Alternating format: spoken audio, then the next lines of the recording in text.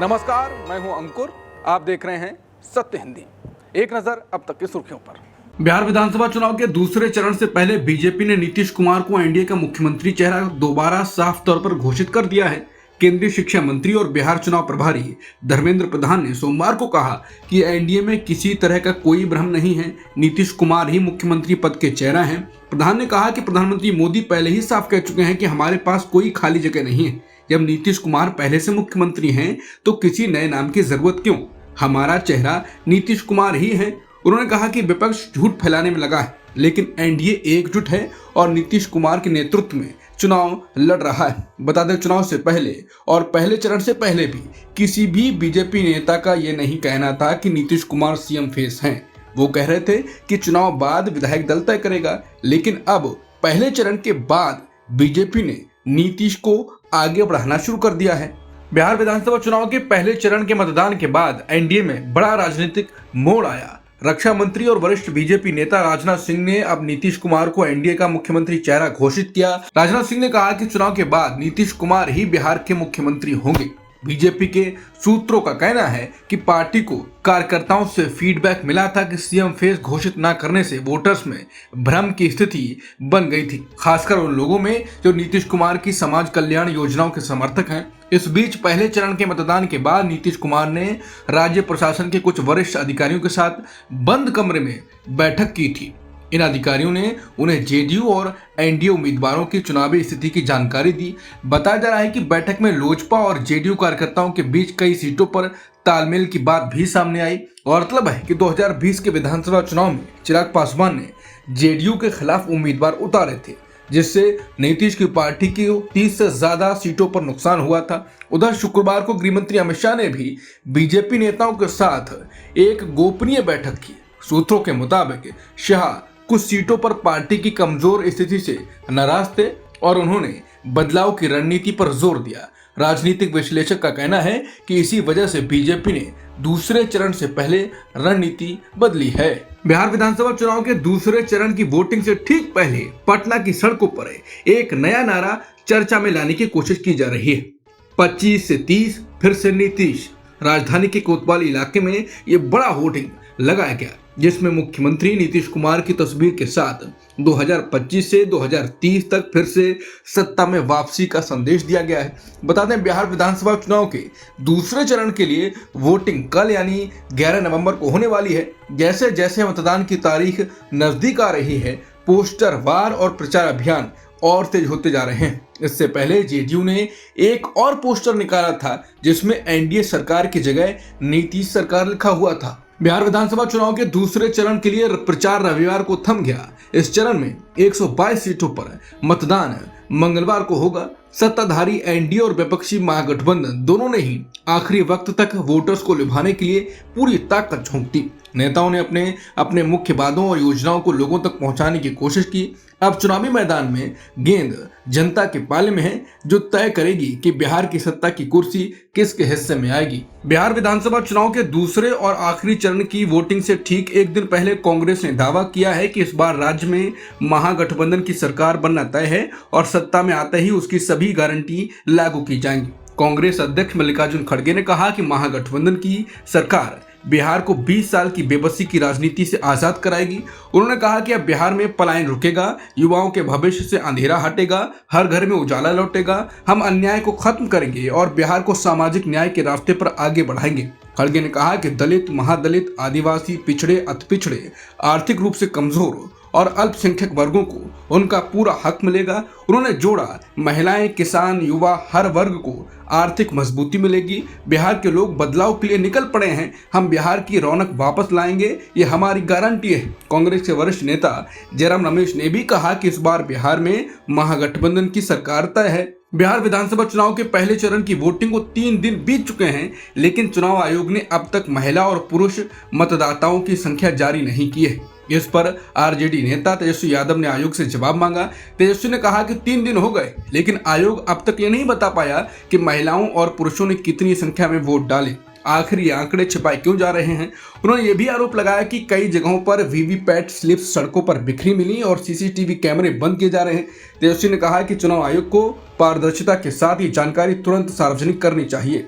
Soni live पर 7 नवंबर को release हुई पॉलिटिकल ड्रामा सीरीज महारानी के चौथे सीजन का एक सीन सोशल मीडिया पर तेजी से वायरल हो रहा है। इस सीन में प्रधानमंत्री कार्यालय यानी पीएमओ का एक अफसर पत्रकारों को धमकाते हुए दिखाया गया है कि वो एक खबर को दबा दें। पत्रकार संकेत उपाध्याय ने ये क्लिप शेयर की है। क्लिप में दिखाया गया है कि पीएमओ कुछ पत्रकारों डॉक्टर रॉय, पुरी और पराग को एक खबर ना छापने की धमकी देता है और कहते हुए सुनाई देते हैं, मुझे बोलने की आज़ादी मत सिखाओ पराग, अगर वो आदमी फिर से तुम्हारे प्लेटफॉर्म पर ट्रेंड हुआ तो जैसे पाकिस्तान में हम यहाँ भी उसे बैन कर देंगे। दिलचस्प बात यह है कि यह सीन बिहार विधानसभा चुनाव के बीच सामने आया, जहां पहले चरण की वोटिंग 6 नवंबर को हुई थी और दूसरा चरण 11 नवंबर को होगा। कुछ लोगों ने इस सीन को वास्तविक राजनीति और मीडिया पर दबाव से जोड़कर देखा, जबकि सरकार समर्थक इसे सिर्फ एक काल्पनिक व्यंग बता रहे हैं। कर्नाटक के मुख्यमंत्री सिद्धरामैया के एक बयान ने फिर से नेतृत्व परिवर्तन की अटकलों को हवा दे दी है। रविवार को कूडलगी में एक जनसभा के दौरान विकास योजनाओं का उद्घाटन करते हुए उन्होंने पहले कहा, मैं मुख्यमंत्री के रूप में काम करता रहूंगा, लेकिन कुछ ही पल बाद उप मुख्यमंत्री डीके शिव कुमार और मीडिया की ओर देखते हुए उन्होंने अपनी बात बदल दी और मेरी सरकार की जगह हमारी सरकार कहना शुरू कर दिया। उनके इस बदले हुए लहजे ने ध्यान खींचा क्योंकि कांग्रेस के अंदर नेतृत्व परिवर्तन को लेकर चल रही अफवाहें पहले से ही चर्चा में थी। हालांकि सिद्धरामैया और शिव कुमार दोनों ने किसी भी बदलाव की बात को सिरे से खारिज करते हुए कहा है कि सरकार पूरी तरह से स्थिर और एकजुट है। राजनीतिक एक्सपर्ट्स का मानना है कि सिद्धरामैया के इस बयान का समय और अंदाज दोनों ही कांग्रेस की छवि और राज्य की राजनीति पर असर डाल सकते हैं। दिल्ली में बढ़ते एयर पॉल्यूशन के खिलाफ विरोध कर रहे लोगों को हिरासत में लेने पर राहुल गांधी ने सरकार की आलोचना की। उन्होंने एक्स पर कहा कि शांतिपूर्ण तरीके से साफ हवा की मांग करने वाले नागरिकों के साथ अपराधियों जैसा व्यवहार क्यों किया जा रहा है। दरअसल दिल्ली में प्रदूषण के खिलाफ रविवार को इंडिया गेट पर लोगों ने विरोध प्रदर्शन किया। शाम होते होते पुलिस ने लोगों को इंडिया गेट से हटाया। इस दौरान कई लोगों को डिटेन किया गया था। प्रदर्शनकारियों का कहना था कि सरकार ने प्रदूषण से निपटने की कोई प्लानिंग नहीं की। राहुल ने कहा कि वायु प्रदूषण करोड़ों भारतीयों को प्रभावित कर रहा है, हमारे बच्चों और हमारे देश के भविष्य को नुकसान पहुंचा रहा है, लेकिन वोट चोरी से सत्ता में आई सरकार को इसकी कोई परवाह नहीं है, ना ही वो इस संकट को हल करने का प्रयास कर रही है। हमें स्वच्छ हवा की मांग कर रहे नागरिकों पर हमला करने के बजाय वायु प्रदूषण पर अभी से निर्णायक कार्रवाई करने की जरूरत है। वहीं विरोध करने वालों में मौजूद पर्यावरण कार्यकर्ता भवरीन कंधारी ने कहा कि बच्चों की सेहत तेजी से बिगड़ रही है। हर तीसरे बच्चे के फेफड़े प्रदूषण से प्रभावित हैं। एक और प्रदर्शनकारी अभिषेक ने कहा कि सरकारें एक दूसरे पर आरोप लगाने में लगी हैं, जबकि लोगों को स्वच्छ हवा का बुनियादी अधिकार भी नहीं मिल रहा है। राजधानी दिल्ली से सटे फरीदाबाद में 360 किलो विस्फोटक और बड़ी मात्रा में गोला बारूद बरामद होने पर केंद्रीय मंत्री गिरिराज सिंह ने प्रतिक्रिया दी। उन्होंने कहा ये मुंबई ब्लास्ट से भी ज्यादा खतरनाक हो सकता था। इस पर राहुल गांधी, लालू यादव, अखिलेश या ओवैसी में से किसी का भी बयान नहीं आया। उन्होंने कहा कि मुंबई ब्लास्ट से भी ज्यादा खतरनाक हो सकता था। बाबा बागेश्वर की यात्रा भी बड़ी जनसमूह के साथ चल रही है, अगर उस पर हमला हो जाता तो क्या होता। सवाल ये उठता है कि जब भी ऐसे मामलों में कोई पकड़ा जाता है तो वो एक ही समुदाय से होता है, हमेशा मुसलमान। इस मामले में भी एक डॉक्टर पकड़ा गया है। क्या ये गज़वाए हिंद की कोई साजिश है? ये कोई छोटी घटना नहीं है और लोगों को इस पर चिंता जतानी चाहिए। बता दें, फरीदाबाद के धौज गांव में पुलिस ने एक किराए के मकान से करीब 360 किलोग्राम विस्फोटक, एक असॉल्ट राइफल और बड़ी मात्रा में गोला बारूद बरामद किया। पुलिस के मुताबिक बरामद सामग्री में टाइमर और 5 लीटर रासायनिक घोल भी शामिल था। कुल 48 ऐसी चीजें जब्त की गई हैं जिनका इस्तेमाल आईईडी यानी बड़े विस्फोटक बनाने में हो सकता था। अमेरिकी राष्ट्रपति ट्रंप ने अपनी आक्रामक टैरिफ नीति का जोरदार बचाव किया। उन्होंने रविवार को घोषणा की कि टैरिफ से जुटाई गई रकम से जल्द ही हर अमेरिकी नागरिक को कम से कम $2000 का डिविडेंड दिया जाएगा। हालांकि उच्च आय वाले लोगों को इससे बाहर रखा जाएगा। ट्रंप ने अपने social media platform truth social पर पोस्ट में टैरिफ विरोधियों पर तीखा हमला बोलते हुए उनका विरोध करने वालों को मूर्ख करार दिया। ट्रंप ने लिखा कि टैरिफ के खिलाफ लोग मूर्ख हैं। हम अब दुनिया के सबसे अमीर और सबसे सम्मानित देश हैं, जहां मुद्रास्फीति लगभग 0 है और शेयर बाजार रिकॉर्ड ऊंचाई पर है। 401 के अब तक के सबसे ऊंचे स्तर पर हैं।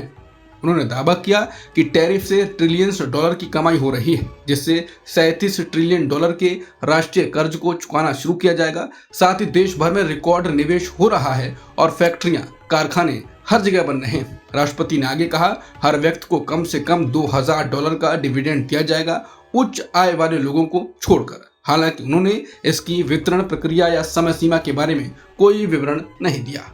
अमेरिका में 40 दिन से चल रहा सरकारी शटडाउन अब खत्म होने की कगार पर है। रविवार को अमेरिकी सीनेटरों ने दोनों दलों के बीच समझौते पर सहमति बना ली है, जिसमें फेडरल फंडिंग फिर से शुरू की जाएगी। अमेरिकी मीडिया रिपोर्टों के मुताबिक CNN और फॉक्स न्यूज ने बताया है कि सांसदों ने जनवरी तक सरकार चलाने के लिए अस्थायी समझौता किया है। ये समझौता health care subsidy, food benefits और राष्ट्रपति डोनाल्ड ट्रंप द्वारा किए गए फेडरल कर्मचारियों की बर्खास्तगी को लेकर बने विवाद के बाद हुआ। व्हाइट हाउस लौटते समय ट्रंप ने कहा, लगता है शटडाउन खत्म होने के करीब है।